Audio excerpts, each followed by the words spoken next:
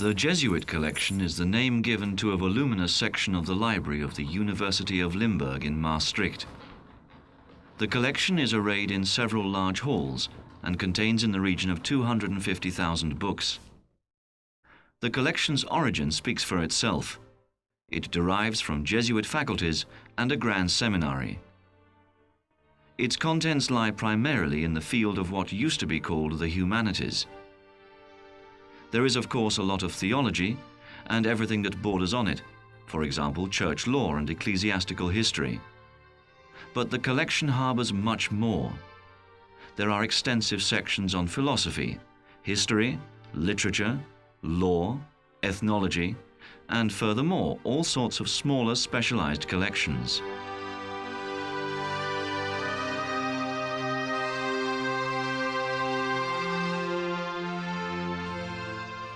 How does a library of the Jesuit order end up in a secular institution like a state-owned university? That is the chance outcome of two different developments. First of all, there was the general decline of interest in joining a religious order. The monasteries emptied, the buildings became too large, and their upkeep too expensive. The Jesuit monasteries suffered the same fate in the 60s. At the same time, however, a medical faculty was in the process of being set up in Maastricht. It's a cruel world. One man's breath is another man's death. As the bastion of the Catholic intellect gradually emptied, worldly intellect was more than happy to move in.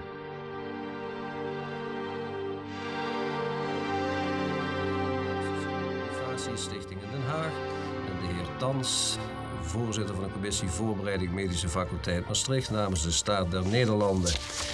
En dan wordt bij deze akte door de Bonifatius Stichting aan de Staat der Nederlanden in eigendom overgedragen de complete bibliotheek van het Canisianum in Maastricht, 109.577 delen boeken, 25.731 delen tijdschriften. Verder het magazijnbestand met boeken van het Bergmanianum in Nijmegen, 38.528 delen boeken, 1934.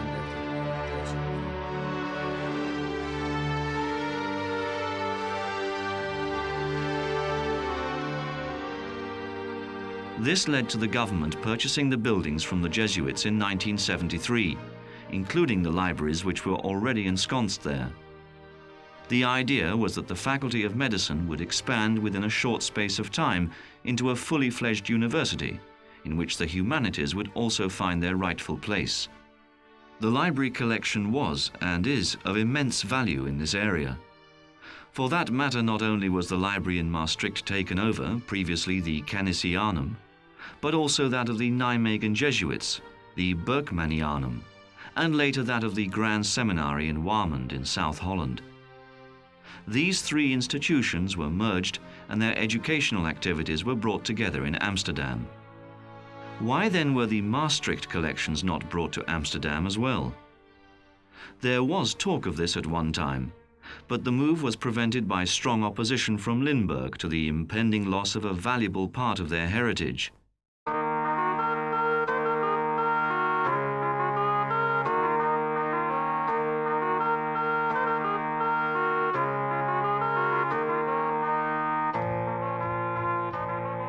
It was this man, the Spaniard Ignatius de Loyola, who founded the Society of Jesus, the Societas Jesu, in 1540.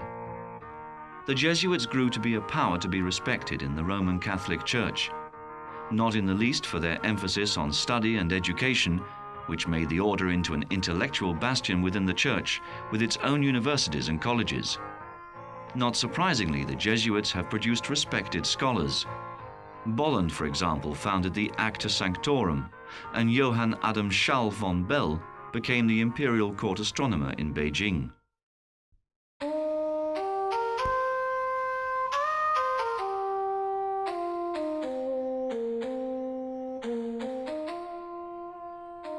Athanasius Kircher is another such scholar. It was no accident that he wrote about China. The Jesuit fathers played an important role in missionary work. They brought their message to the most remote places, especially the Far East and Latin America.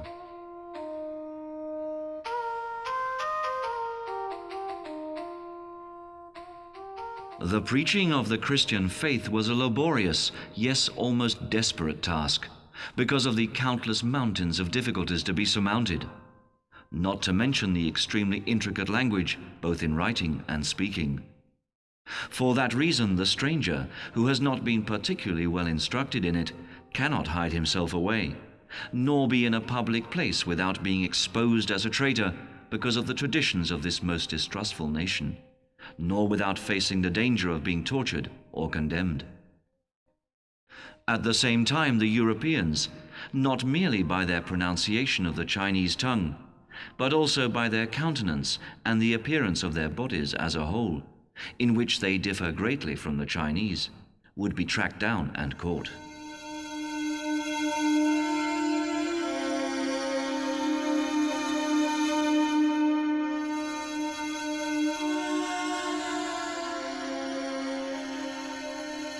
The prominent role played by the Jesuits in the Church was also controversial, and the fact that they refused to back down from their beliefs certainly had something to do with it. They were not afraid to speak their minds in many a conflict of the faith, especially in the tribulations surrounding Jansenism in the 17th and 18th centuries.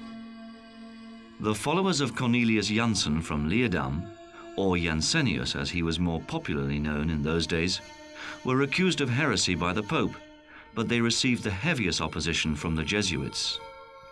It is often said when referring to the Jesuits' libraries, the Jesuits collected the works of their enemies. This is quite clearly the case for Jansenism. The conspicuous interventions of the Jesuits and their role in the political affairs of the 18th century were not popular with the absolute rulers of that time.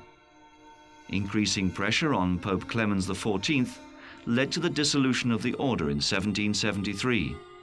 In Maastricht, too, the fathers had no choice but to close down. In actual fact, the dissolution of the order was of a short duration, since in 1814 the order was restored. But for the libraries, the damage had already been done. They had all been sold to the highest bidders. Pictured here is an auction catalogue from the sale of the Maastricht collection. Nearly 80 years later, the fathers in Maastricht started again from scratch.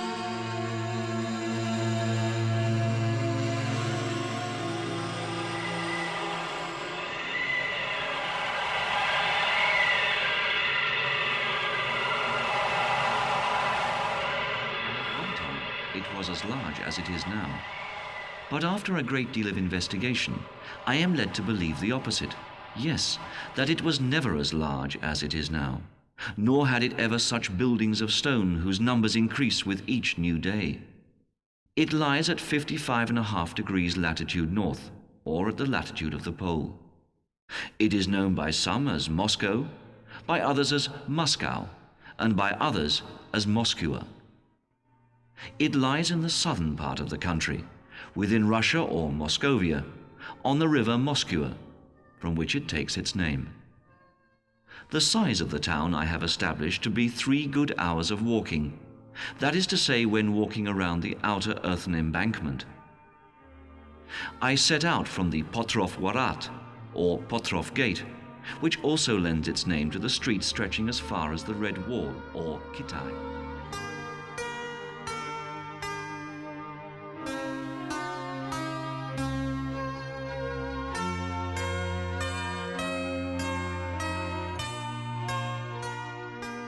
Misconceptions abound regarding the age of this library collection, especially since it contains so many old books. The Maastricht collection covers roughly the period from 1550 to 1970, the time when the Jesuits left Maastricht, 4 centuries in fact. A lot of people think that the library is just as old, but the temporary dissolution of the order prevented this from being the case. The Jesuit monastery, as it stands in Maastricht, and its library date only from 1852. It was in fact only in 1852 that the idea of a collection took shape. This was carried out quite systematically, resulting in the building of a magnificent collection. Naturally, some odd works found their way into the collection, many in the form of endowments. All this material was catalogued painstakingly. After some time, the abundance of the collection was even too much for the Maastricht Jesuits to handle. The space set aside for the library became too small and quite impractical due to the height of the bookcases. Tradition has it that it was not uncommon to come across expiring fathers at the foot of the ladders. Luckily, the library was moved to the new buildings of the monastery in 1938. The books were packed shelf by shelf in special cases and transported to the new wing. That this was a delicate job speaks for itself. The collection included many old and valuable books, although not all of those were to become the property of the University of Limburg. The Jesuits kept the old manuscripts and works from the dawn of the printing era, the so-called incunabula and post-incunabula, and with a few exceptions, took them to Nijmegen. Other works of exceptional interest and rarity, such as atlases like the one from Blau, are no longer at Maastricht.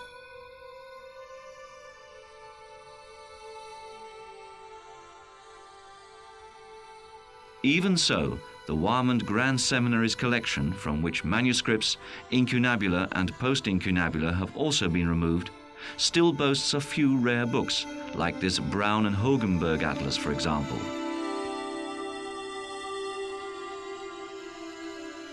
Maastricht, qui était limite du pays de Liège sur la rivière de Meuse, est assemblée et jointe par le moyen d'un pont à 10 arches, très industrieusement fabriqué, à son nom du passage et trect de la rivière, ainsi que porte l'opinion constante et accordante de tous les historiens. Mais la partie qui est de l'autre côté de la Meuse, de vers Orient, est nommée Wic, selon le commun langage du pays.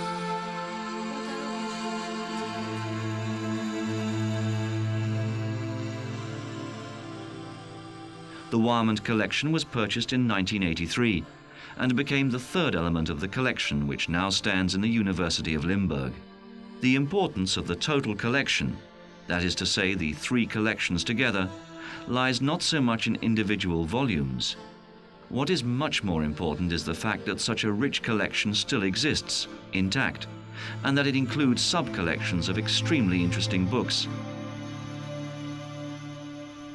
Although Jan Roys Schoenmaker, apprehended according to the sentence already passed by law, should have been put to death as an example to others, it came to pass that those commissioned by the high and mighty lords the General State of the United Netherlands, the lords the State of the land of Utrecht, and those of the court of the town of Utrecht, who took into account the serious plea and intercession.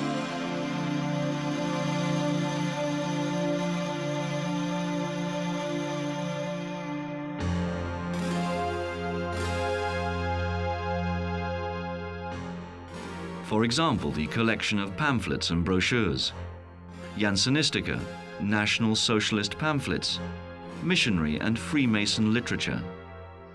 There is also an interesting collection of newspapers and periodicals from earlier centuries. What does the future hold for this huge collection? The staff of the University Library is doing its very best to make it accessible for scientific purposes. There is a card index, but only by author. What is really needed is a proper catalogue accessible by title, author, and subject. Someone who has never heard of Vesalius, for example, would then be able to discover his beautiful engravings of the human body by searching under anatomy. In recent years, some 4 subject areas have been made available to scientists: law, economics, philosophy, and history. These works have already been incorporated in the University Library's automated catalogue. The library plans to include more fields of study in the near future. Whether theology will be one of them is uncertain at the present time. The University of Limburg does not have a theological faculty. Therefore, the future of this wealth of theological literature depends on the initiative of others.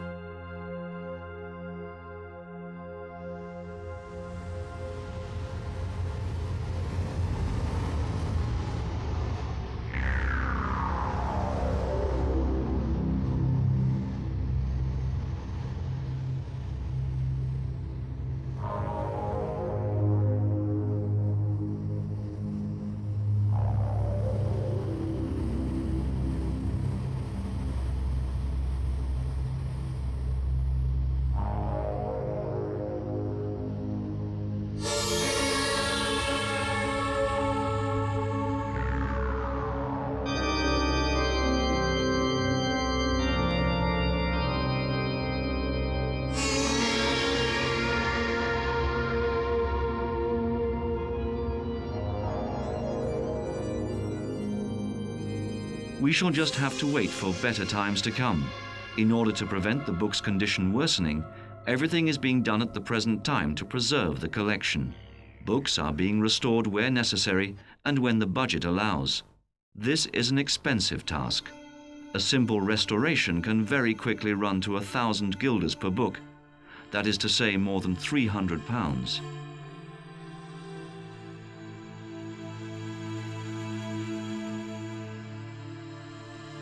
With a view to conservation and restoration, it is hoped that further deterioration can be avoided, so that the Jesuit Library will remain an essential library of reference to all for many generations to come.